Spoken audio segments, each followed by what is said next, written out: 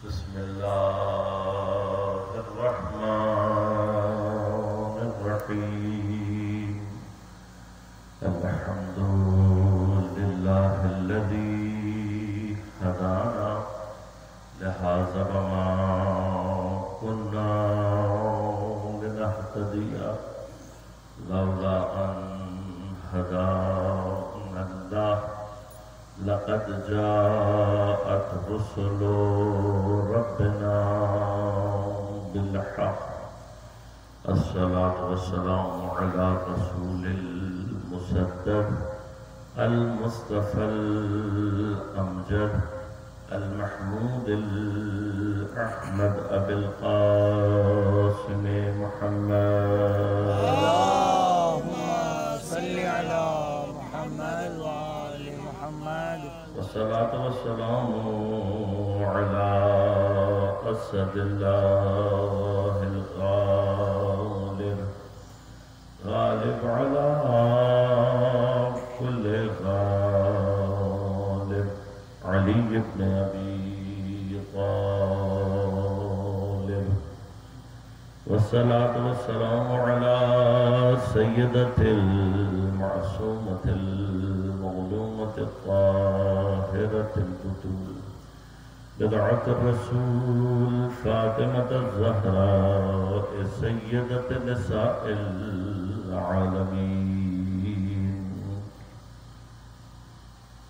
والصلاة والسلام على الحسن المجتبى والحسين المظلوم وأهل بيته الطيبين الطاهرين المعصومين المظلومين المنتجبين المنتخبين لا سيما بقية الله في الأراضين روحي وأرواح العالمين لتراب مقدمه الفداء ولعنة الله على أعدائهم أجمعين أما بعد قال الله تعالى في كتابه الكريم بسم الله الرحمن الرحيم ولا تقولوا لمن يقتل في سبيل الله أموات بل أحياء ولكن لا تشعرون سلام اللهم صل على محمد وآل محمد مومنین کرام سامعین محترم عزیزان گرام قدر فلسفہ موت و حیات و شہادت کے عنوان سے ہماری گفتگو کا سلسلہ جاری ہے اور موضوع پر گفتگو کے لیے سورہ مبارکہ بقرہ کی 154 نمبر آیت کو سرنامہ کلام کے طور پر انتخاب کیا اور آپ کی خدمت میں تلاوت کا شرف حاصل کیا۔ پروردگار ارشاد فرما رہا ہے وَلَا تَقُولُوا اور مت کہو لِمَن يُقْتَلُ اس شخص کے لیے جو کہ قتل کر دیا گیا فی سبیل اللہ اللہ کے راستے اس مقتول فی سبیل اللہ کے لیے مت کہو اموات کہ وہ مر گئے، کیوں نہ کہیں بل احیاء بلکہ وہ زندہ، اور یہ حیات کیسی حیات ہے ولیکن لا تشعرون تمہیں ان کی اس حیات کا شعور اور ادراک نہیں۔ لہذا کل آپ کی خدمت میں عرض کیا کہ حتی پروردگار نے ہماری حس کے مرحلے میں کہ متدرک رہی ہو اللهم صل على محمد وآل محمد مادی مرحلے پر مٹیریل ورلڈ کے ہمارے سینسز کے اندر بھی اللہ نے بہت ساری چیزیں ایسی رکھی ہیں کہ جن کو ہم درک نہیں کر سکتے، لیکن اس کے لیے ہم کوئی وسیلہ اختیار کر کے ہم اس چیز سے استفادہ کر سکتے ہیں، اس سے ہم رابطہ پیدا کر سکتے ہیں۔ اسی طرح سے پروردگار ہمیں متوجہ کرتا ہے بار بار کائنات کے ان حقائق کی جانب، ان معارف کی جانب کہ جو اپنے حس کے دائرے سے باہر نکل کر انسان کی روح سے تعلق رکھنے والے ہیں، وہ معنویات، وہ روحانیات، وہ تمام مقامات کے جو اصل ہے کائنات کی، اور انسان کا کمال ہی یہ ہے کہ اس کے اندر صلاحیت ہے کہ وہ حتی ان معارف کو اور ان حقائق کو درک کر سکتا ہے۔ اب ان کو درک کرنے کے لیے بھی یقیناً مراحل ہیں، جیسے ہم اگر یہاں کسی چیز کو درک نہیں کر سکتے وسیلہ اختیار کریں، اسی طرح سے وہ معارف جن میں مثلاً فرشتے ہیں، آسمان کی دیگر مخلوقات ہیں، سلسلہ وحی ہے، بہت ساری اور ایسے معارف ہیں کہ جن کو درک کرنے کے لیے انسان کو اس جانب بھی ایک وسیلے کی ضرورت ہے۔ بس عالم ملک اور عالم ملکوت کے درمیان جو کنیکٹیوٹی دینے والی ذات ہے وہ معصوم کی ذات ہے۔ ہم معصوم کا وسیلہ اختیار، بس معصوم کا ایک کام کیا ہے، اس کا ایک کام، اس کا ایک ہدف، اس کو جو اللہ تبارک و تعالی نے بھیجا ہے، وہ مرحلہ کیا ہے کہ وہ ہمیں اس مادی سطح سے نکال کر ان معارف بلند جو ہیں حقیقی ان تک لے جاتا ہے۔ اب یہ جو ہے اللہ چاہتا ہے کہ انسان متوجہ ہو کہ کچھ چیزیں ایسی ہیں جو بار بار انسان کے شعور کو، اس کے ادراک کو، اس کے عقل کو چیلنج کرتا ہے۔ ان میں سے ایک مقام کیا ہے، یہی ہے کہ جہاں پر ہمارے اور آپ کے حساب سے، ہمارے اور آپ سے حساب سے مراد صرف میرا اور آپ کا نہیں ہے، بلکہ ڈاکٹر باقاعدہ لکھ کر دے دیتا ہے کہ بھئی یہ فوت ہو گیا، لیکن قرآن کیا کہہ رہا ہے کہ خبردار اس کو مردہ نہ کہنا، یہ زندہ ہے۔ میں مثال اپنے موقع پر دے چکا ہوں۔ بس قرآن اس مرحلے میں ہمیں متوجہ کرنا چاہتا ہے کہ حیات کا کوئی ایک مرحلہ ایسا بھی ہے کہ جو تمہارے اس بدن کی حیات سے زیادہ افضل ہے، اس سے زیادہ بالا ہے، اس سے زیادہ سپیریئر ہے۔ اور یقیناً وہ حیات جب سپیریئر مرحلے میں داخل ہوتی ہے تو حتیٰ ایک ایسا مقام حاصل کرتی ہے کہ جہاں پر یہ حیات اتنی طاقتور ہو جاتی ہے کہ اپنے ظہور کے لیے، اپنے آپ کو جاری رکھنے کے لیے اس مادی بدن کی محتاج نہیں رہتی، اصل ضرورت نہیں رہتی۔ میں انشاءاللہ مثال آپ کی خدمت پیش کروں گا کہ یہ مراحل حتیٰ ٹیکنالوجی میں بھی ہم مشاہدہ کرتے ہیں۔ جب ٹیکنالوجیکل ایڈوانسمنٹ ہوتی ہے تو کیا ہوتا ہے، ایک مرحلہ آتا ہے کہ جب ٹیکنالوجی ایک فیز سے نکل کر دوسرے فیز میں جا رہی ہوتی ہے تو جو پچھلے فیز کی انسٹرومنٹ ہوتا ہے، اس کا جو ٹول ہوتا ہے، اسے چھوڑنا پڑتا ہے۔ اب یہ چھوڑنے کا مطلب یہ نہیں ہوتا کہ وہ چیز ختم ہو رہی ہے، نہیں، بلکہ وہ اپنے اعلیٰ مرحلے میں بعض اوقات کی چھوڑ دینا ہی علامت ہوتی ہے اس بات کی کہ وہ اپنے اگلے مرحلے میں داخل ہو گئے۔ انشاءاللہ میں مقام پر عرض کروں گا۔ آج گفتگو صرف یہ کرنی ہے کہ یہ جو طاقتور حیات ہے، قرآن میں اس کا کہیں ذکر آیا ہے یا نہیں، قرآن اس حوالے سے کیا گفتگو کرتا ہے، یا صرف یہی سانس لینا نہیں۔ جو آیت ہم نے سرنامہ کلام کے طور پر انتخاب کی ہے، یہ اسی طرح سے سورہ مبارک آل عمران کی، فرمایا وَلَا تَحْسَبَنَّ الَّذِينَ قُتِلُوا فِي سَبِيلِ اللَّهِ أَمْوَاتًا بَلْ أَحْيَاءٌ عِندَ رَبِّهِمْ يُرْزَقُونَ۔ اچھا، گمان مت کرنا ان لوگوں کے بارے میں کہ جو اللہ کے راستے میں قتل کر دیے گئے کہ وہ مر گئے ہیں، زندہ ہیں، بل احیاء، وہ زندہ ہیں، عند ربهم یرزقون، اور اپنے پروردگار کی جانب سے رزق حاصل کرتے۔ اس کی تفصیلات انشاءاللہ میں عرض کروں گا آپ کی خدمت میں، لیکن اسی طرح سے قرآن سورہ مبارک کے انفال ایک اور حیات کی طرف متوجہ کر رہا ہے۔ یا ایھا الذین آمنوا استجیبوا للہ وللرسول اذا دعاکم، اے صاحبان ایمان، استجیبو، استجابت کرو، جواب دو، لبیک کہو، کس کے لیے؟ للہ ہے وللرسول، اللہ اور اس کے رسول کے لیے جواب دو، ان کو لبیک کہو۔ کب؟ اذا دعاکم، جب وہ تمہیں پکارے، اللہ تمہیں پکارے، اللہ تمہیں بلائے، کہو لبیک، جواب دو۔ اللہ کا رسول تمہیں آواز دے اور پکارے، کہو لبیک، حاضر ہے یا رسول اللہ۔ تو ہوگا کیا جب تم اللہ کے اور اس کے رسول کی آواز پر لبیک کہو گے؟ لما یحییکم، تاکہ تمہیں زندہ کیا جا سکے۔ اب سوال ابتدائی طور پر یہ ہے، کوئی بھی شخص اگر اس آیت کو پڑھے تو ایک مرتبہ ضرور سوچے گا کہ پروردگار جن کو تو استجابت کا حکم دے رہا ہے کہ جب بھی اللہ اور اس کا رسول پکارے لبیک کہو، استجابت کرو، کہ یہ لوگ زندہ نہیں ہیں، کہ یہ مردہ ہے؟ جن کو کہہ رہا ہے پروردگار کہ جب بھی تمہیں اللہ اور اس کا رسول پکارے لبیک کہو، کہ یہ مردہ ہے، مردوں سے خطاب ہے؟ نہیں، مردوں سے خطاب نہیں، یہ لوگ زندہ ہیں۔ تو اب اگر یہ زندہ لوگ اللہ اور اس کے رسول کی آواز پر لبیک کہیں گے تو تمہیں زندہ کر دیا جائے گا۔ اب زندہ کو زندہ کرنا کیا ہے؟ تحصیل حاصل۔ تو زندہ تو ہم پہلے سے بھی ہیں، تو دوبارہ زندہ کرنے کا کیا معنی ہے؟ تو یہاں پر حیات سے کیا مراد ہے؟ اسی طرح سے دوسرے مقام پر پروردگار ارشاد فرماتا ہے من عمل صالح من ذکر او انثى فهو مؤمن، جس کسی نے بھی عمل صالح انجام دیا چاہے وہ مرد ہو یا خاتون، شرط کیا ہے؟ وہ مؤمن، شرط یہ کہ مؤمن ہونا چاہیے۔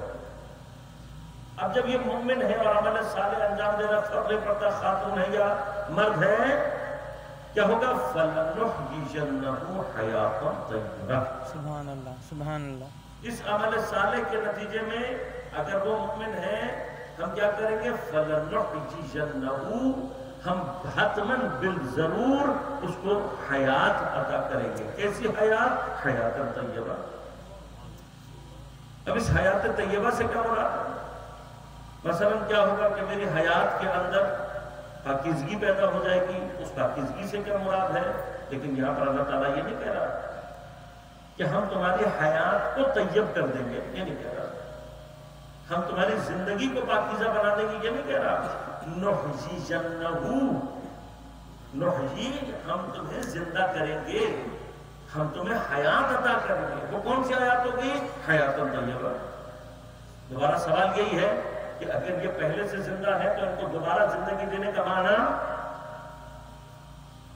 بس قرآن کی اسی طرح اور بہت ساری آیات سے یہ بات سمجھ میں آتی ہے کہ ایک حیات ہماری اس حیات کے علاوہ ایگزسٹ کرتی ہے۔ اب مسئلہ صرف یہ ہے کہ سائنس کا چونکہ میدان تحقیق میٹر اور اس کی پراپرٹیز سے ہے، آبزرویشن جو وہ کر سکتی ہے اس آبزرویشن کی بیس پر وہ اپنے نتائج انسان کے سامنے۔ اب سوال ہمارا سائنسدانوں سے بھی یہی ہوتا ہے کہ اگر کوئی چیز مثلا مادے کے دائرے سے باہر نکل جائے، ماورائے مادہ ہو جائے، نان مٹیریل دنیا میں چلی جائے، تو سائنس کی آبزرویشن کیا کر سکتی ہے؟ اب سائنس کا مسئلہ یہ کہ جب وہ ساری کی ساری بحث کرتی ہی مادے سے ہے، لہذا جو چیز میٹر کے دائرے سے باہر نکل جائے گی وہ سائنس کا گراؤنڈ ہی نہیں رہتی ہے۔ لہذا اپنے طور پر سائنس نے حیات کی جو مراحل بیان کیے، میں نے عرض کیا آپ کی خدمت میں ایک دفعہ دہرا دیتا ہوں کہ سائنسدان کہتے ہیں کہ حیات ابتدا کرتی ہے یونی سیلولر آرگینزم سے، جس میں بیکٹیریا وغیرہ یہ سب شامل، ترقی کر کے آتی ہے ملٹی سیلولرز میں، اس سے زیادہ ترقی کر کے آتی ہے پلانٹس میں، اور سب سے زیادہ طاقتور حیات جو ہے وہ حیوانات سے ظہور کرتی ہے۔ اب کچھ ان میں سے ایسے مخلوقات ہیں کہ جو اپنی حیات کو ظاہر کرنے کے لیے حتی دوسروں کے محتاج ہیں۔ بیکٹیریا جب تک کسی چیز کو سڑا نہیں دیتا تب تک معلوم ہی نہیں پڑتا کہ بیکٹیریا ہے بھی ہے۔ ملٹی سیلولرز ہیں، ان کو اپنے حیات کو ظاہر کرنے میں وقت لگ جاتا ہے، لیکن پودے کی حیات شدت کے ساتھ موجود ہے۔ اس کے اندر یہ رنگ، اس کے اندر پتے، اس کے اندر پھول، اس کے اندر پھل، اس کے اندر اور بہت سارے خواص، یہ سارے کے سارے اس حیات کی طاقت ہے کہ جو ہر مرتبہ نبات میں پہنچ جاتی ہے، پلانٹس میں بن جاتی ہے۔ اور جب یہی ترقی کر کے حیوانات میں داخل ہوتے ہیں، حیوانات کے اندر آپ نے دیکھا ہے کہ کیا کیا کمالات حیوانات کے اندر موجود ہیں۔ یہ سارے کے سارے جتنی حیات ترقی کر رہی ہے، ہر اگلے مرحلے میں حیات کی قوت اپنے آپ کو ظاہر کرتی ہے۔ لیکن اب سائنس کا میدان یہاں پر آ کے ختم ہو جاتا ہے۔ سائنس اس سے آگے حیات کو ڈسکرائب نہیں کر سکتی۔ کیوں؟ اس کی ایک وجہ یہ ہے کہ اس سے آگے جو حیات کا سلسلہ بڑھتا ہے وہ اصلاً مٹیریل کیفیات سے باہر نکلتا ہے۔ لیکن دین آ کر ہمیں، قرآن آ کر ہمیں، اہل بیت آ کر ہمیں متوجہ کرتے ہیں کہ نہیں، حیات صرف یہ نہیں ہے، حیوانی لیول پر حیات نہیں ہے۔ لہذا جب سائنس انسان کو مانا کرتی ہے یا سائنس سے ریلیٹڈ لوگ انسان کی تعریف کرنا چاہتے ہیں تو کہتے ہیں انسان کیا ہے؟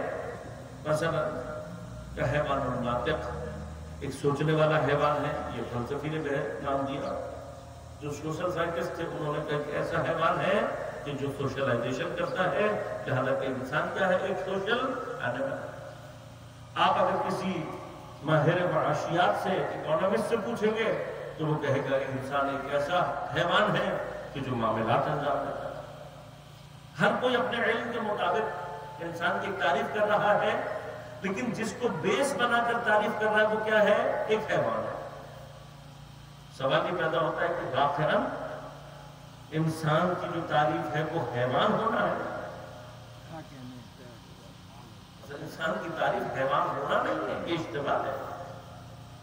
حیوانیت ایک مرتبہ ہے، ایک مرحلہ، اور وہ مرحلہ کیا ہے کہ انسان میں کچھ صفات پیدا ہو جائیں اور حیات کے کچھ آثار اس سے ظاہر ہونے لگے، وہ حیوان کہلاتا ہے۔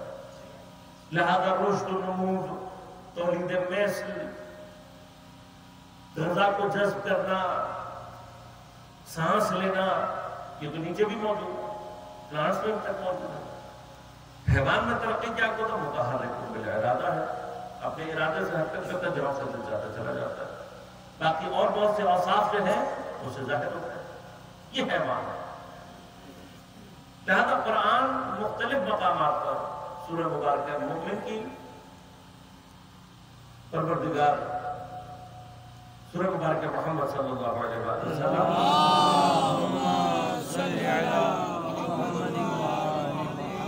11 نمبر آیت میں پروردگار انسان کی خلقت کے کچھ مراحل کو بیان کرتا ہے کہ ہم نے انسان کو نطفے سے بنایا۔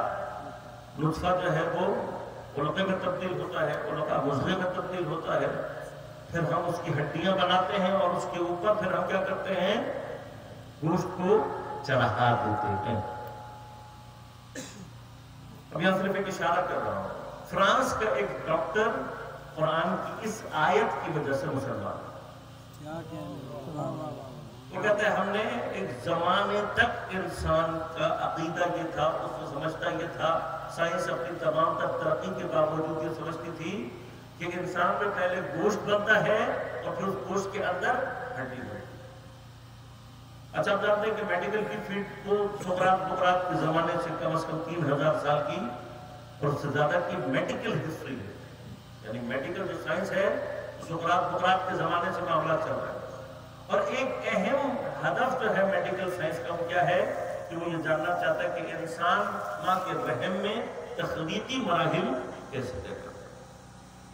لہذا جو ڈاکٹرز رہے تھے، طبیب رہے تھے، وہ ہر دور میں کوشش کرتے تھے کہ پتہ لگے۔ تو اب عام اس زمانے میں ٹیکنیک نہیں تھی، ٹیکنالوجی نہیں تھی، تو کوئی ساقط ہو جاتا تھا بچہ تو فوراً دیکھتے جاتے تھے کہ یہ پتہ لگے کہ انسان کی ڈیولپمنٹ ماں کے رحم میں کیا ہے۔ یا پھر حتیٰ ہمارے پاس ٹیکنالوجیکل ایڈوانسمنٹ آ گئی، الٹرا ساؤنڈ ہے اور پتہ نہیں کیا کیا مشینیں ہم نے بنا لی، اس کے باوجود بھی ہمیں یہ بات نہیں سمجھ میں آ سکی کہ یہ مرحلہ کس طریقے سے۔ اور قرآن نے بغیر کسی لیبارٹری کے، بغیر کسی ٹیکنالوجیکل ایڈوانسمنٹ کے، کیا آج سے 1400 سال پہلے بتایا کہ پہلے ہڈی بنتی ہے پھر ہم اس کے اوپر اس کو چڑھاتے ہیں، کہ یہ ڈسکوری بہت بعد میں جا کر انسان کو پتہ لگی کہ بچے کی ڈیولپمنٹ میں پہلے ہڈی بنتی ہے پھر اس کو کیا ہم نے اتنی ترقی کی تب جا کے ہمیں سمجھ میں آیا۔ تو قرآن بغیر اس ٹیکنالوجیکل ایڈوانسمنٹ کی اتنی دقیق بات کیسے کر سکتا ہے؟ لہذا یہ وہ مقام تھا کہ جہاں سے وہ متوجہ ہوا قرآن کی حقانیت کی طرف ہے۔ اب یہی قرآن کیا کہہ رہا ہے کہ جب یہ سارے مراحل طے کر لیتا ہے تو وہ ایک مخلوق مکمل ہو جاتا ہے۔ اب اگر اس کو سائنس کی نگاہ سے دیکھیں تو وہ جو مرحلہ ہے کہ جہاں پر ماں کے پیٹ میں پہلا سیل تیار ہوتا ہے، انسانی حیات اس یونی سیلولر مرحلے سے اپنا آغاز کرتی ہے، ملٹی سیلولر میں تبدیل ہوتی ہے، کچھ عرصے اس کے اندر سے صرف وہ آثار حیات ظاہر ہوتے ہیں جو پودوں سے ہونے ہوتے ہیں، اور پھر وہ اندر تبدیل ہو جاتا ہے ایک حیات حیوانی میں۔ یہ سارے مراحل حیات ماں کے پیٹ میں تبدیل کر کے ایک حیوان کامل کی صورت میں انسان خلق ہو جاتا ہے۔ اب یہاں پر پروردگار ارشاد فرماتا ہے کہ جب یہ مکمل ہو جاتا ہے ثم انشأناہ خلقا آخر، یہاں تک پہنچانے کے بعد پروردگار کیا کہتا ہے؟ ہم شروع کرتے ہیں۔ انشاء کسی چیز کو انیشیٹ کرنا، یہ لفظ اگر انگلش میں استعمال کیا جائے زیادہ آسانی سے سمجھ میں آتا ہے۔ انشاء یعنی کسی چیز کو انیشیٹ کرنا، جاری کرنا، اس کی ابتدا کرنا۔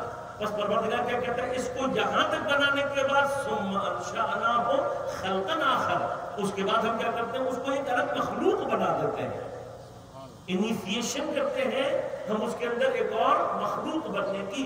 اب وہ جو مخلوق انسان نے بننا، حیوان تو بن چکا ہے، حیوان سے اوپر کیا بنے گا؟ تو زیادہ کا یہاں سے اس حیات کے سلسلے شروع ہوتے ہیں جس کو دین نے بیان کیا مختلف مراحل میں آپ کے خدمت میں عرض کروں گا، لیکن انشاءاللہ موضوع آگے بڑھ کر جب حیات کے اندر تفصیلی داخل ہوگا تو پھر وہاں پر حیات کی تاریخ، حیات کے آثار، اور پھر انہی تمام مراحل کی تفصیل الگ سے بیان کروں گا۔ محمد والے محمد بلند ترین صلوات، اللہم صلی علی محمد والے محمد۔ آج سے سمجھانا یہ مقصود ہے کہ ہماری اس حیوانی حیات سے اوپر حیات کے کون سے مراحل ہیں اور انسان کہاں تک اندازہ جا سکتا ہے۔ لہذا فرمایا کہ وہ انیشیشن جو انسان کے اندر اللہ نے کی ہے حیوان بننے کے بعد، وہ مخلوق جو بنانا چاہتا ہے اللہ تبارک و تعالیٰ، وہ کہلاتا ہے انسان۔ یعنی حیات حیوانی سے اوپر جو حیات منتظر ہے انسان کی، وہ کیا ہے؟ حیات انسان، ہیومن لائف۔ اس ہیومن لائف کے اوپر جو حیات ہے وہ حیات ایمانی کہلاتی ہے، اور اس سے اوپر جو حیات ہے جس کو حیات طیبہ کہا گیا، اور اس سے اوپر حیات ہے جو کہلاتی ہے حیات ملکوتی۔ البتہ اس کے اوپر بھی حیات کے درجات ہیں، لیکن وہ انشاءاللہ تفصیل سے کبھی اور آتا ہے۔ اب ہم حیوان بن کر آتے ہیں دنیا میں، اللہ ہمارے اندر صلاحیت رکھتا ہے اور انیشیٹ کرتا ہے، ہمارے لیے اندر جاری کرتا ہے، ابتدا کر دیتا ہے، انیشیٹ کر دیتا ہے، کام باقی ہم نے خود کرنا، صلاحیت دے دیتا ہے۔ بس ہم ان حیوان بن کر آتے ہیں کس صلاحیت کو لے کر؟ انسان بننے کی صلاحیت کو لے کر۔ سبحان اللہ سبحان اللہ۔ ہم آتے حیوان ضرور ہیں، لیکن اگر انسان اسی حیوانی سطح پر رہ جائے تو پھر وہ حیوان رہتا ہے، انسان کہلانے کے قابل۔ اب ایک چھوٹا سا مرحلہ صرف فرض کر دو کہ یہ جو حیات انسانی ہے، اس حیات انسانی کی ضرورت کیوں ہے؟ صرف دو ضرورتیں بیان کر رہا ہوں تاکہ اہمیت سمجھا سکوں اپنی بات کی کہ میں کیا تک پہنچانا چاہتا ہوں۔ ایک مرحلہ دنیا میں ہے، وہ کیا ہے؟ وہ یہ کہ جب تک حیوان انسانیت کے مرحلے میں داخل نہیں ہوتا تب تک اس کے اندر مومن بننے کی صلاحیت پیدا نہیں ہوتی۔ یعنی یہ وہ سٹیپ ہے کہ جس کو سکپ نہیں کیا جا سکتا۔ اب میں آپ کو مثال دے دیتا ہوں، بات سمجھاتا ہوں، انشاءاللہ۔ اگر میں اپنے طوطے کو سکھا دوں لا الہ الا اللہ محمد رسول اللہ علی ولی اللہ، یا علی مدد، یا حسین، یہ میں اپنے طوطے کو سکھا دوں، تھوڑا سا نماز کے بھی کچھ ارکان سکھا دوں، اب وہ سارا دن یہی کلمہ پڑھتا رہے لا الہ الا اللہ محمد رسول اللہ علی ولی اللہ، اور یقیناً پورے خلوص کے ساتھ پڑھا، کم از کم اس کے اندر ریاکاری اس کو سکھا دیا ہے وہ پورے خلوص کے ساتھ۔ اب یہ اتنا خلوص کے ساتھ کلمہ پڑھنے کے باوجود اور اتنی شدید تکرار کرنے کے بعد کتنے فیصد چانس ہے کہ یہ بہشتی طوطا بن جائے، جنت تک پہنچ جائے؟ کتنے فیصد چانس ہے؟ 1%۔ کیوں؟ آپ کہیں گے کہ مولانا اس کو آپ نے رٹا لگانا ہے، بتا تو دیا کہ کیا دہرانا ہے زبان پر، لیکن جو یہ دہرا رہا ہے اس کے معنی جانتا نہیں ہے کہ یہ کیا کہہ رہا ہے۔ اور دوسرا مرحلہ کیا ہے کہ جو یہ دہرا رہا ہے زبان سے، اس کی زندگی میں عملی طور پر کچھ بھی نہیں ہے، بس ایک لفظ ہے جو آپ نے اس کو پریکٹس کرا دی ہے، اور پریکٹس کرنے کے بعد اب اس کو دہرایا جا رہا ہے کیسٹ کی طرح سے۔ اب جیسے فرض کریں ہم کسی روبوٹ میں اندر کوئی کیسٹ ڈالتے ہیں، کسی ٹیپ ریکارڈر کے اندر لگاتے ہیں، اب وہ روبوٹ سارا دن کلمہ پڑھتا رہے اور سارا دن نماز پڑھتا رہے تو جنتی ہوگا؟ نہیں ہوگا جنت۔ اسی طرح سے یہ طوطا ہے، یہ رٹا تو لگا رہا ہے، روبوٹ میں اس میں فرق کیا ہے؟ روبوٹ اپنی مرضی سے نہیں کرتا، یہ شاید تھوڑا بہت اپنی مرضی کے درمیان میں کہیں موجود، لیکن اس کے باوجود بھی جنت میں نہیں جائے گا۔ کیوں؟ اس لیے کہ نمبر ایک اس کو معلوم ہی نہیں ہے میں کیا کہہ رہا ہوں، اور دوسرا جو کہہ رہا ہے عمل کہیں پر بھی اس کے اندر موجود۔ تو اگر اب آپ کے لیے نہیں کہہ رہا ہوں، آپ سب مجھ سے بہتر اور افضل مومن ہیں، میں آپ کے لیے کہہ رہا ہوں۔ کہ یہ جنت میں نہیں جائے گا. کیوں؟ اس لیے کہ اس کو نہیں پتا میں جو بول رہا ہوں اس کا معنی کیا ہے اور عمل زندگی میں ظاہر نہیں ہوتا. اپنی بات کرتا ہوں کہ اپنے گھر میں آئینہ لگاؤں, آئینہ لگا کر اس کے سامنے کھڑے ہو کر یہ سارا کلمہ پڑھوں لا الہ الا اللہ محمد رسول اللہ علی بن ولی اللہ, اور اپنے آپ سے سوال کروں کہ میرے اس کلمہ پڑھنے میں اور میرے طوطے کے کلمہ پڑھنے میں کوئی فرق ہے بھی یا نہیں؟ سبحان اللہ سبحان اللہ سبحان اللہ. کیا بات. اگر میں بھی صرف اس لیے پڑھ رہا ہوں کہ مجھے بچپن میں رٹا لگا کے بذرا چکے بولنے والا حیوان ہوں, اچھی طرح سے بول سکتا ہوں, لیکن مجھے نہیں پتا کہ لا الہ الا اللہ کا اصل میں معنی کیا ہے, محمد رسول اللہ کہتے کسے ہیں, علی بن ولی اللہ معنی کیا رکھتا ہے, اور نہ اس کا کوئی اثر میری حیات میں عملی طور پر پایا جاتا ہے, تو پھر کیا وجہ ہے کہ میں تو اس سب کے باوجود جنت میں چلا جاؤں اور یہ طوطا نہ جائے؟ سبحان اللہ سبحان اللہ. کوئی تو فرق ہونا چاہیے. اگر میری ساری زندگی میں نے ایک طوطے کی طرح ہی کلمہ پڑھا ہے تو کیا یہ کلمہ واقعاً استحقاق پیدا کر دے گا؟ نہیں. قرآن میں واضح طور پر احسب الناس ان یترکوا ان یقولوا آمنا وهم لا یفتنون, کیا لوگوں نے یہ گمان کر رکھا ہوا ہے کہ جب یہ اپنے منہ سے کہیں گے آمنا تو انہیں چھوڑ دیا جائے گا اور اللہ تعالیٰ ان کو آزمائے گا؟ نہیں نہیں, اللہ تعالیٰ ان کو لقد فتنا الذین من قبلہم, ہم نے ان سے پہلے کے لوگوں کو بھی آزمایا ہے, ان کو بھی آزمائیں گے تاکہ خدا کو پتہ لگ جائے سچ کون بول رہا ہے اور جھوٹ کون بول رہا ہے. سبحان اللہ سبحان اللہ. یہ لا الہ الا اللہ اگر یہ ثابت ہوگا تو جنت میں جائے گا. یہ محمد رسول اللہ علی ولی اللہ اگر عمل سے ثابت ہوگا, صرف زبانی جمع خرچ نہیں ہے. اب قرآن کی اور بہت ساری آیات اس پر نازل ہیں, اس تفصیل میں نہیں جاؤں گا, لیکن جو چیز قرآن سے 100% ثابت ہے وہ یہ کہ صرف کلمہ زبانی رٹا لگا ہوا قرآن کی نظر میں اس کی کوئی حیثیت نہیں. کتنی ہی مقام پر قرآن نے ارشاد فرمایا کہ یہ کلمہ پڑھتے ہیں لیکن جھوٹ بول رہے ہیں, یہ کلمہ پڑھ رہے ہیں, یہ کہہ رہے ہیں ہم ایمان رہے لیکن ابھی ایمان ان کے دلوں میں داخل بے تحاشا. یہ تو مرحلہ ہو گیا. اب کیا ہوگا؟ جب تک انسان نہیں بنے گا ایمان مومن بننے کا کوئی چانس موجود نہیں ہے. دوسرا مرحلہ کیا ہے؟ جو قیامت ہے. روایت آپ نے کہیں نہ کہیں سنی بھی ہوگی, تھوڑی سی تفصیل اس کی وضاحت کروں گا اور پھر زحمتوں کو تمام. آپ نے سنا ہوگا یہ یقیناً کہیں نہ کہیں آپ کی نظر سے گزری ہوگی روایت, یہ فرمایا کہ جب پروردگار قیامت کے دن لوگوں کو محشور کرے گا, حشر ہوگا, لوگوں کو قبر سے اٹھایا جائے گا, تو ایک طبقہ وہ ہوگا کہ جب وہ قبر سے اٹھے گا تو وہ حیوانوں کی شکل میں ہوگا. اللہ اصلاً جب قبر سے قیامت کے دن اٹھ رہا ہوگا تو کس شکل میں ہوگا؟ حیوانی شکل. ابھی میرے لیے بھی سوال ہے اور جو اٹھائے جائیں گے وہ بھی سوال کریں گے کہ بھئی یہ دنیا میں انسان تھے, ان کو قیامت کے دن حیوان کی شکل میں کیوں اٹھایا گیا؟ دنیا میں تو اللہ نے ان کو انسان بنا کر بھیجا تھا, لیکن اب جب قبر سے نکل رہے ہیں قیامت کے دن تو کس شکل میں آ رہے ہیں؟ حیوان کی شکل. وہ بھی اللہ تعالیٰ سے کہتے ہیں پروردگار ہم تو انسان تھے, ہمیں حیوان کی شکل میں. محمد والے محمد بلند ترین صلوات.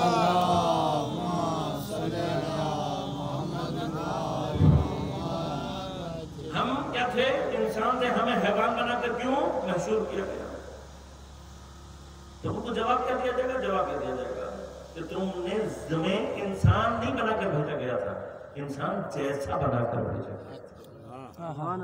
لیکن تم جب تک دنیا میں رہے تم کبھی انسان بنے ہی نہیں. اب جب تم نے دنیا میں حیات انسانی گزاری ہی نہیں ہے تو قیامت کے دن تمہیں حق حاصل نہیں ہے کہ تمہیں انسان بنا کر محشور کیا جائے. اور پھر ایسے لوگوں کے ساتھ ہوگا کیا؟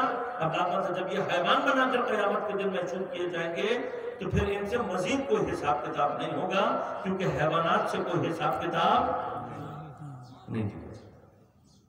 آپ نے کبھی اپنی بکری سے نہیں پوچھا ہوگا تم نے کتنا کھایا کتنا پیا, کبھی اپنے جانوروں سے, کیوں جانور سے نہیں حساب لے گا. ان کے ساتھ قیامت کے دن یہی سلوک ہوگا. بس جب ایک مرتبہ حیوان کی شکل میں محشور ہو گئے تب کیا ہوگا؟ کوئی حساب کتاب نہیں, ڈائریکٹ وہاں سے کہاں بھیجے جائیں گے؟ جہنم. اگلا کوئی مرحلہ نہیں ہے ان کے لیے, ان کا حساب کتاب ان کا محشور ہونا ہے، اور یہ وہ خدا کی صفت ہے جس کو قرآن نے کہا کہ اللہ تعالیٰ کیا کرتے ہیں، سریع الحساب ہے، ان کا حساب اتنی سرعت کے ساتھ ہوگا کہ جب یہ محشور ہو رہے ہوں گے کیفیت حشر ان کا حساب کتاب، حیوان بنا کر پیدا کر کیا ہے، وہیں سے اٹھا کر کوئی حساب کتاب نہیں، سیدھے لہذا اب دیکھیں کم از کم اگر میں قیامت کے دن یہ چاہتا ہوں کہ مجھے انسان کی شکل میں محشور کیا جائے تاکہ کوئی حساب کتاب کرنے کا مرحلہ پہنچ سکے، کم از کم یہ مرحلہ میں طے کر سکوں تو دنیا میں مجھے انسان بن کر رہنا ہوگا، انسانی زندگی گزاروں گا۔ اب یہ جو حیات انسانی ہے اس کا تعلق مذہب سے نہیں، لہذا قیامت کے دن کیا ہوگا، یہ ہوگا کہ بہت سارے کلمہ پڑھنے والے، نماز پڑھنے والے، عبادات کو انجام دینے والے قیامت کے دن حیوان بنا کر محشور کیے جائیں گے، اور بہت سارے کافر ہوں گے وہ انسان بنا کر محشور کیے جائیں گے۔ تو حیات انسانی کا اصل کو تعلق مذہب سے نہیں ہے۔ کیا ہے حیات انسانی؟ حیوان اور انسان میں فرق کیا ہے؟ میں خود اپنے لیے کیسے تعین کروں کہ میں انسان بنا ہوں یا نہیں؟ ابھی تک میں نے حیات انسانی گزاری ہے یا نہیں؟ آیا حیوان اس طرح سے گفتگو کرنے کا نام ہے؟ نہیں۔ آیا حیوان کسی اچھے سے گھر میں رہنے کا نام ہے؟ نہیں ہے۔ برگر کھا لیا تو کیا حیوان بن جائے، انسان بن جائے؟ اچھا کپڑا برانڈیڈ پہن لیا نہیں، کوئی بھی چیز جیسے انسان کو حیوانیت کے دائرے سے نہیں نکالتی۔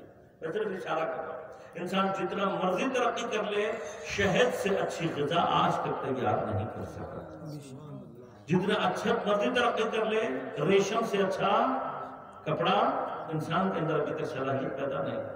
اگر آپ گھروں کی بات کرتے ہیں تو ایک پوری داستان ہے، کبھی جا کر ڈاکومنٹریز دیکھیں، بعض حیوانات اتنے دقیق طرح سے زبردست گھر بناتے ہیں کہ ابھی تک انسان اس مرحلے میں داخل نہیں ہو سکتا۔ اب حیوان کیا ہے؟ حیوان یہ ہے کہ وہ اپنی ضرورت اور جو اس کے اندر استطاعت ہے، استعداد ہے، اس کے اندر صلاحیت اور کیپیسٹی ہے، اس کیپیسٹی کے مطابق وہ جو بھی زندگی بسر کرتا ہے اس کا اصل محور اور مرکز اس کی اپنی ذات ہوتی ہے۔ جو بھی مرضی کرے، اب کھاتا ہے اپنے لیے بہترین پانی تلاش کرے گا، اپنے لیے بہترین ساتھی تلاش کرے گا، اپنے لیے بہترین گھر بنائے گا، اپنے بچوں کو پالے گا، اپنی فیملی کے دفاع کرے گا۔ یہ سب تمام حیوانات ہیں۔ آپ تجربہ کرنا چاہیں کچھ مرغیاں گھر میں رکھ لیں تو جیسے ہی کوئی ایسا حیوان ان پر اٹیک کرنے کے لیے آئے گا تو مرغا جو ہے وہ اپنے آپ کو فیملی کے دفاع کے لیے سامنے پیش کرے گا۔ اب اگر اس جنگ میں اپنے فیملی کا دفاع کرتے ہوئے مرغا جو ہے وہ فوت ہو جائے، مر جائے، تو آپ کیا اس کی تصویر کھینچ کر اپنے گھر پہ لگا کر یہ کہیں گے کہ میرا ہیرو ہے، یہ اپنی فیملی کے دفاع میں قربان ہو گیا بیچارہ؟ ہے کوئی؟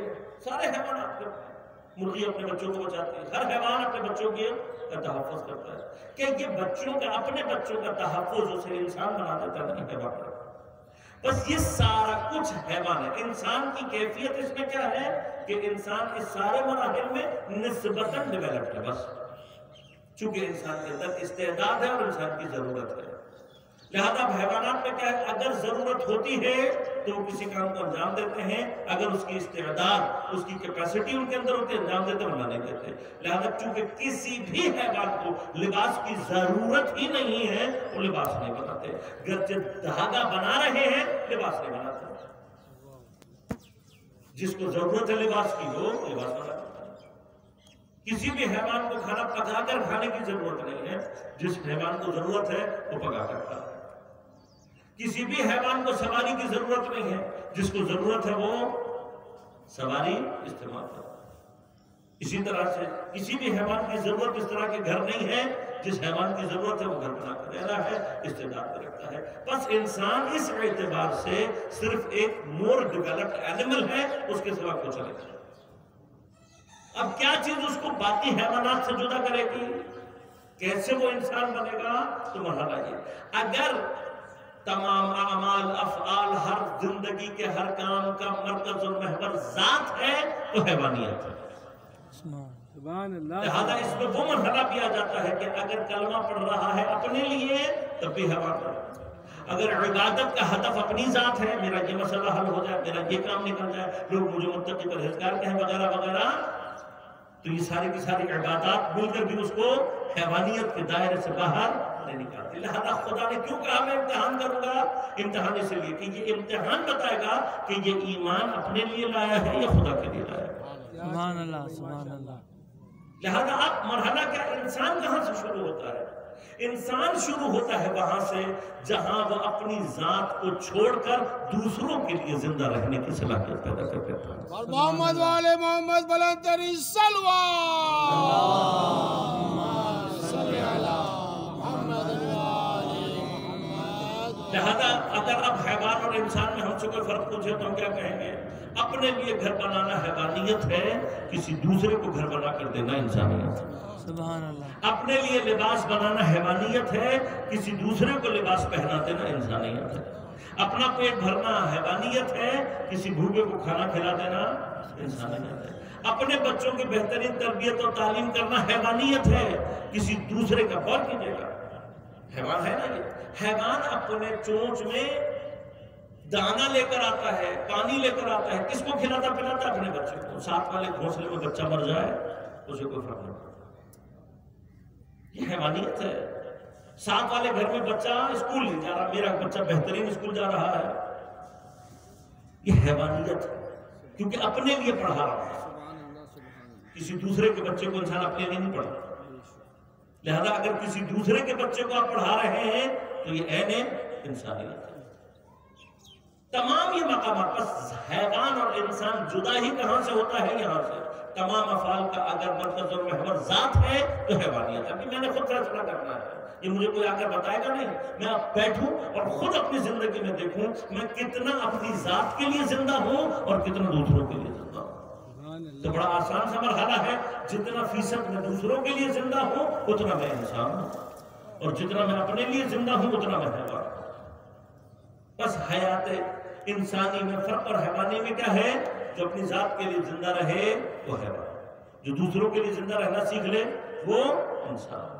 اب اس کی تفصیلات اپنی جگہ پر موجود ہیں، میں اس میں نہیں جانا چاہتا، لیکن اب اگر یہ انسان بنے گا، یہ والا انسان بن جائے گا، اس کے اندر صلاحیت ہے کہ یہ مومن بن سکے۔ سبحان کیوں؟ اللہ۔ اس کی وجہ پیش کر دیتا ہوں۔ یہ جو دوسروں کے لیے رہنا ہے، اپنی خواہشات کو کسی کی خاطر قربان کرنا، یہ ایک صلاحیت ہے جو کہ انسان کو آمادہ کرتی ہے مرحلہ ایمانی میں داخل ہونے کے لیے۔ اب ایمان کا مرحلہ، حیات ایمانی کہاں سے شروع ہوتی ہے؟ حیات انسانی کی حد کہاں ہے؟ دوسروں کے لیے وہاں تک جینا جہاں پر اپنے آپ کو کوئی نقصان اور ضرر نہ پہنچے۔ کیوں؟ اس لیے کہ عقل انسانی کا تقاضا ہے۔ عقل کیا کہتی ہے؟ کہ دوسروں کا فائدہ کرو اتنا کہ جہاں خود کو نقصان نہ ہو، یہ عقل انسانی ہے، یہ حیات انسانی کا تقاضا ہے کہ بھی دوسروں کے لیے مدد کرو، کوئی مسئلہ نہیں ہے، دوسروں کے لیے رہو، لیکن کہاں تک کہ جہاں خود کو نقصان نہ ہو۔ اس سے جو آگے ایمان کی بات ہے اس کی ابتدا ہوتی ہی نقصان ظاہری سے ہے۔ اور یہ نقصان ظاہری کیا ہوتی ہے؟ نقصان ظاہری ہوتا ہے کہ کسی ایک ذات کے اوپر یہ یقین رکھنا۔ ایمان کیا ہے؟ یقین۔ کس نوع کا یقین؟ ہم سے جب پوچھا جاتا ہے کہ تمہیں اللہ پر ایمان ہے، ہاں، یہ کیسا ایمان ہے؟ مجھے معلوم ہے، مجھے یقین ہے کہ اللہ ہے۔ تو بابا اللہ ہے، ایمان نہیں ہے، یہ تو سب کو پتا ہے، بہت سب کو پتا ہے کہ اللہ ہے۔ اللہ کا ہونا ایمان نہیں ہے، اللہ کا قادر و قدیر ہونا یہ ایمان ہے، کہ وہ ذات ان صفات کی حامل ہے، اس پر ایمان رکھنا یہ ایمان کہلاتا ہے۔ لہذا خدا کے اوپر ایمان بہت سارے مذاہب میں موجود ہے، لیکن وہ مومن ایمان کیا ہے؟ کہ صرف خدا کے وجود کو ثابت نہیں کرنا میں نے، بلکہ کیا کرنا ہے کہ اس کے لیے ان صفات کا قائل ہو جاؤں۔ کیا صفات ہے؟ ان میں سے ایک کیا ہے کہ یہ اینٹیٹی، یہ ذات قادر ہے اس بات پر کہ اگر میں اس کی رضا کے لیے اپنا نقصان بھی اگر کروں گا تو یہ قادر ہے اس بات پر کہ یہ میرے نقصان کو ختم بھی کر سکتی ہے، حتیٰ قادر ہے اس بات پر کہ میرے نقصان کو فائدے میں تبدیل کر دے۔ بے شک، بے شک۔ سبحان اللہ، سبحان اللہ۔ محمد والے محمد بلند ترین صلوات،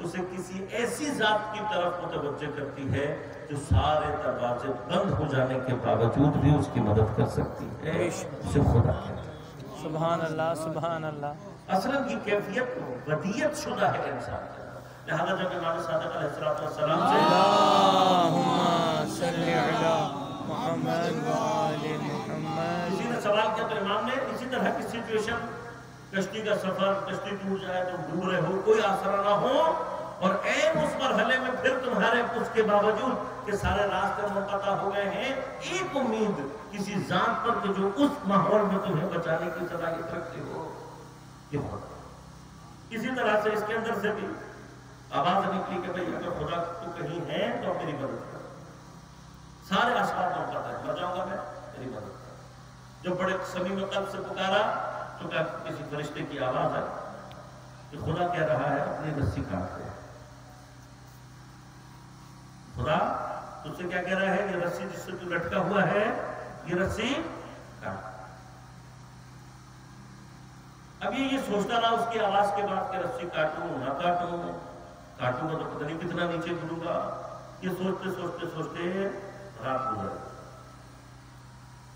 صبح جہاں یہ لٹکا ہوا تھا اس مقام سے پیچھے جو ٹیم آ رہی تھی وہ گزری تو دیکھا زمین سے صرف 4 فٹ اوپر لٹکا ہوا تھا، اور سردی کی شدت سے پوری رات لٹکے لٹکے مر گیا۔ آواز کیا کہہ رہی تھی؟ رسی اگر رسی کاٹ لیتا کیا ہوتا؟ صرف 4 فٹ نیچے گرتا تھا، وہ بھی برف۔ عزیزان من، جہاں ہمیں آگے راستہ نظر نہیں آ رہا ہوتا اور خدا آ کر ہم سے کہتا ہے کہ میں موجود ہوں، وہاں پر خدا پر یقین کر کے آگے بڑھنا ایمان کہتا ہے۔ سبحان اللہ سبحان اللہ۔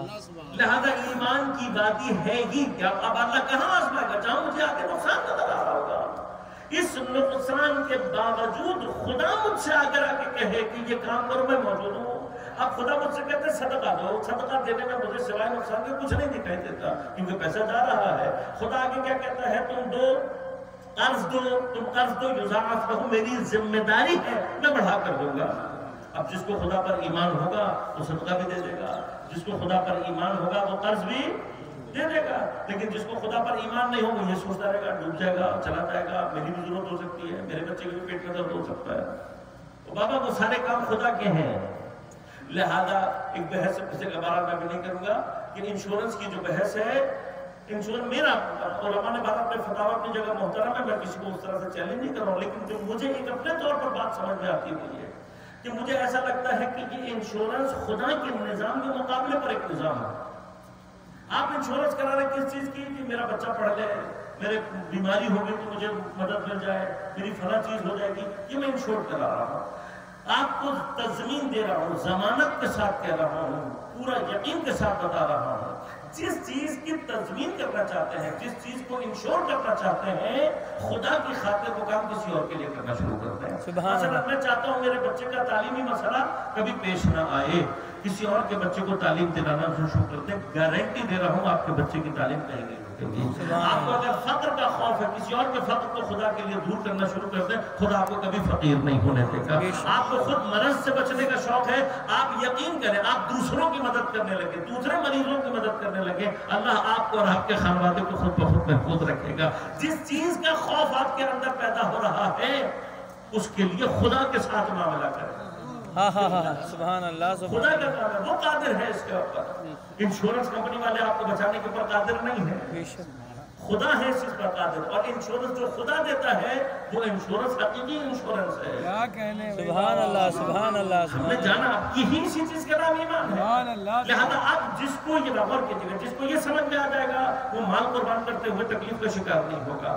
لیکن اب یہی خدا اگر کہیں مجھ سے جان مانگ لے، کیا کہنے، یہی خدا دینے والا زندگی کو ہے، یہی خدا اگر مجھ سے کہیں پر جان طلب کر لے اور پھر میں یہ سوچوں کہ مر گئے تو ہم تو زندہ اسی لیے ہیں، جان ہے تو جہان ہے، یہ چلی گئی تو پھر کیا ہوگا؟ تو اس کا مطلب یہ کہ مجھے بھی خدا سمجھ میں نہیں آیا، ابھی میرا ایمان اس کے اوپر نہیں آیا۔ بس اگر میرا خدا کے اوپر ایمان ہے کہ یہی خالق، یہی قادر، یہی قدیر ہے، تو جو مال بڑھا کر دے سکتا ہے وہ جان بڑھا کر کیوں نہیں دے سکتا؟ سبحان اللہ سبحان اللہ سبحان اللہ۔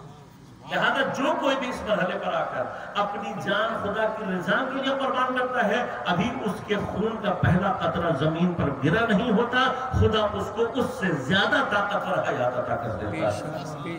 چونکہ طاقتور حیات رکھتا ہے اس لیے زندہ ہے، اور یہ ہے جو اس کے پاس زیادہ طاقت رہتا ہے وہ ہم سے زیادہ زندہ ہوتا ہے۔ لہذا شہید مرتا نہیں ہے بلکہ خدا کے ساتھ معاملہ کر کے اور زیادہ زندہ ہو جاتا ہے۔ اب چونکہ طاقتور حیات کو انٹرٹین کر رہا ہوتا ہے تو مرحلہ ایک ایسا آتا ہے کہ جہاں پر اس کو اصلاً اپنی زندگی کے لیے بدن کی ضرورت آتی ہے۔ انشاءاللہ آپ کی خدمت میں عرض کروں، کیا یہ ممکن ہے، امکان ہے یہ بات یا نہیں؟ انشاءاللہ کل آپ کی خدمت میں تفصیل سے عرض کروں۔ عزیزان کربلا کا ایک کمال کیا ہے؟ کربلا ہمیں پہلے مرحلے میں حیوانیت سے نکال کر انسانیت کے مرحلے میں داخل کرتی ہے، پھر انسانیت کے مرحلے سے نکال کر ایمان کے مرحلے میں داخل کرتی ہے، اور اگر یہی حیات ایمانی اپنے کمال پر پہنچے حیات طیبہ میں تبدیل ہو جاتی ہے، اور حیات طیبہ اپنے کمال پر پہنچے تو حیات ملکوت۔ اب ہر ایک اپنے مقامات ہیں، ہر ایک کی اپنی کیفیات ہیں۔ اب مرحلہ کیا ہے؟ ایک عارف کو یہ سارے درجات طے کرنے ہوتے ہیں، اور ہر درجے میں یہ خوف رہتا ہے کہ اگر کوئی غلطی کی تو گیا۔ شہید اسے کہتے ہیں کہ جو بہت نیچے کے مرحلے سے اپنی جان خدا کو حوالے کر کے ڈائریکٹلی حیات ملکوتی کا حامل ہو جاتا ہے۔ سبحان اللہ، سبحان اللہ۔ جو حیات ملکوتی کا حامل ہو جائے اصلاً بدن میں رہنا اس کے لیے گوارا نہیں ہے، اور حتیٰ اس کے لیے باعث نقصان ہے، کہ جو انشاءاللہ میں کل تفصیل آپ کی خدمت میں عرض کروں گا۔ سید الشہداء وہ ذات گرامی ہے جو کہ ہاتھ پکڑ کر انسان کو اس سفر کو دیکھا۔ لہذا کوئی آپ جا کر دیکھ لیں، آپ کو نہیں ملے گا کہ جو اپنے بچوں کا پیٹ کاٹ کر کسی کو کھلانے والا ہو۔ اگر ملے گا تو وہ حسینی ملے گا جو حسین کی نظر کے نام پر اپنے بچوں کا پیٹ کاٹ کر دوسروں کو کھلا رہا ہو۔ یہ انسانیت ہے۔ حسینی ملے گا آپ کو کہ جو سید الشہداء کے نام پہ حتیٰ اپنے نقصانات اٹھا کر دوسروں کو بچا رہا ہے۔ یہ وہ مرحلہ ایمان ہے، یہ وہ مرحلہ حیات ایمانی ہے جو سید الشہداء تفصیل ہے۔ اور اس سارے سلسلے کو جاری کرنے کے لیے سید الشہداء نے اپنے عزیز ترین افراد کو خدا کے راہ پر قربان کیا۔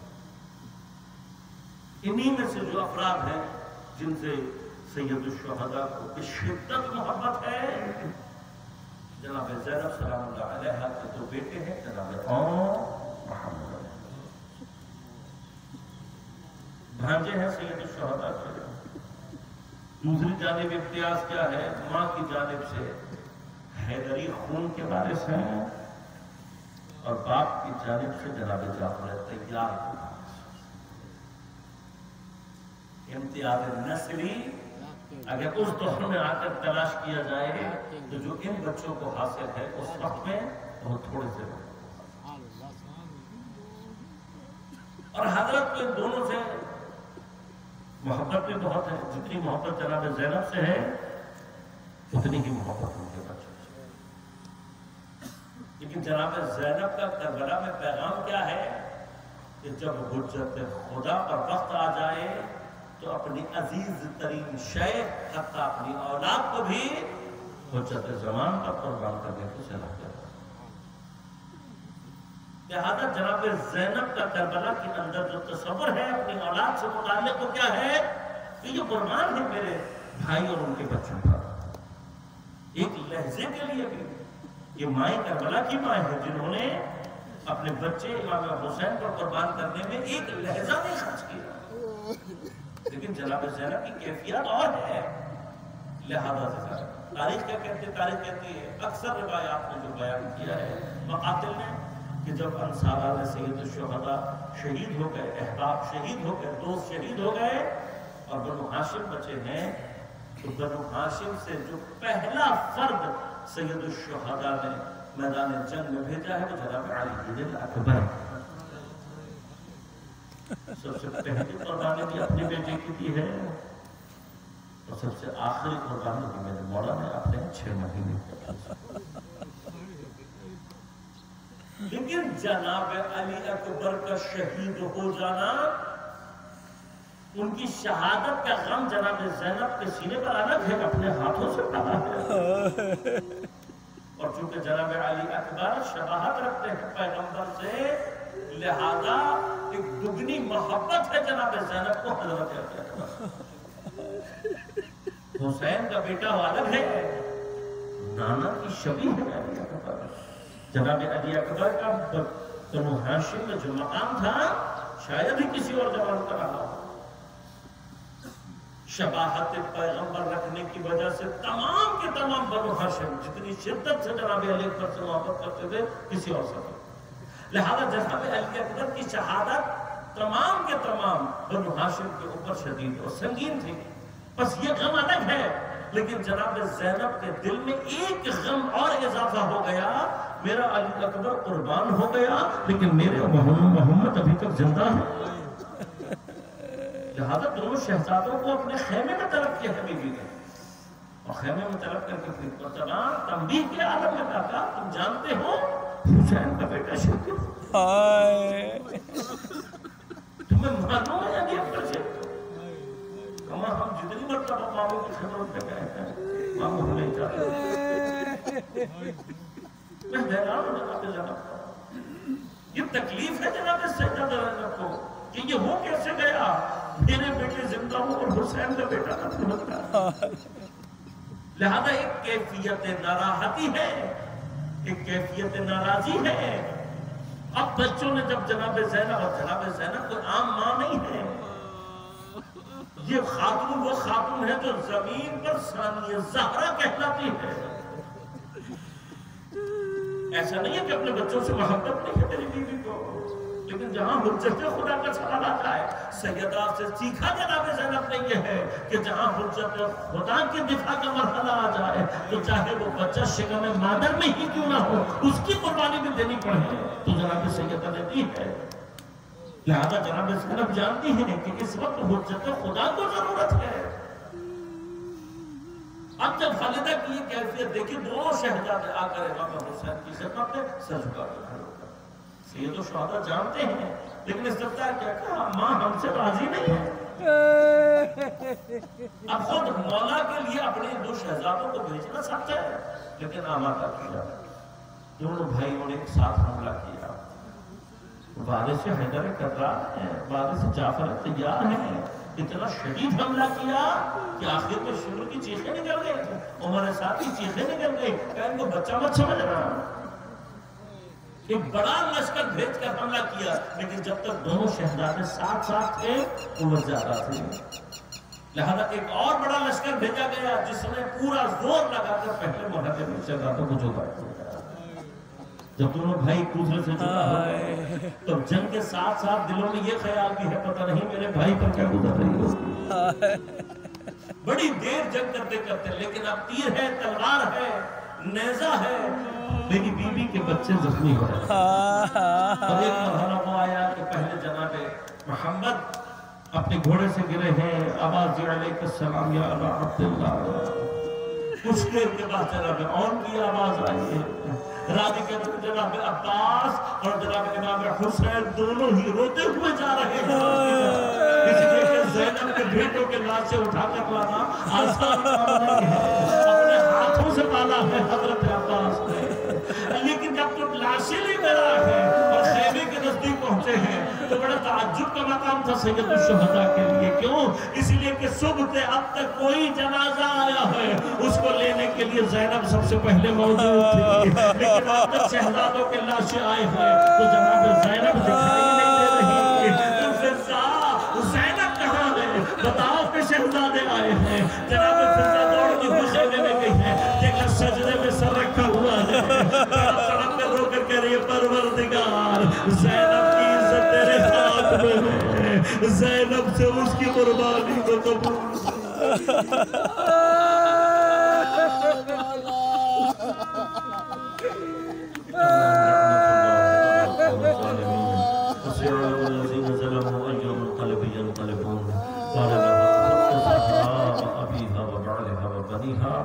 ہماری عبادت کو بھی بارگاہ میں قبول منظور فرما۔ منتقم کربلا منتقم زہرا امام زمان علیہ السلام کے ظہور میں تعظیم فرما قال اللہ بحق زہرا و ابیہا و بعلہا و بنیہا تمام مؤمنین کو تمام عزادار سید الشہداء کو اپنے حفظ و امان میں رکھ دشمنان دین دشمنان عزاداری کو نیست و نابود فرما قال اللہ بحق زہرا و ابیہا و بعلہا و بنیہا ہمارے جتنے بھی بے گناہ اسیر ہیں سب کو جلد سے جلد رہائی عنایت فرما بالخصوص برادر عزیز سید وصال حیدر کی رہائی کا جلد سے جلد انتظام فرما ان کی رہائی میں جتنے بھی افراد مانے ہیں ہمارے الہا نیست و نابود فرما بحق زہرا و ابیہا و بنیہا ہم سب کو امام زمان علیہ السلام کے آباد و سلام میں شمار ہونے کی توفیق عنایت فرما ربنا تقبل منا انك انت السميع العليم برحمتك يا ارحم الراحمين.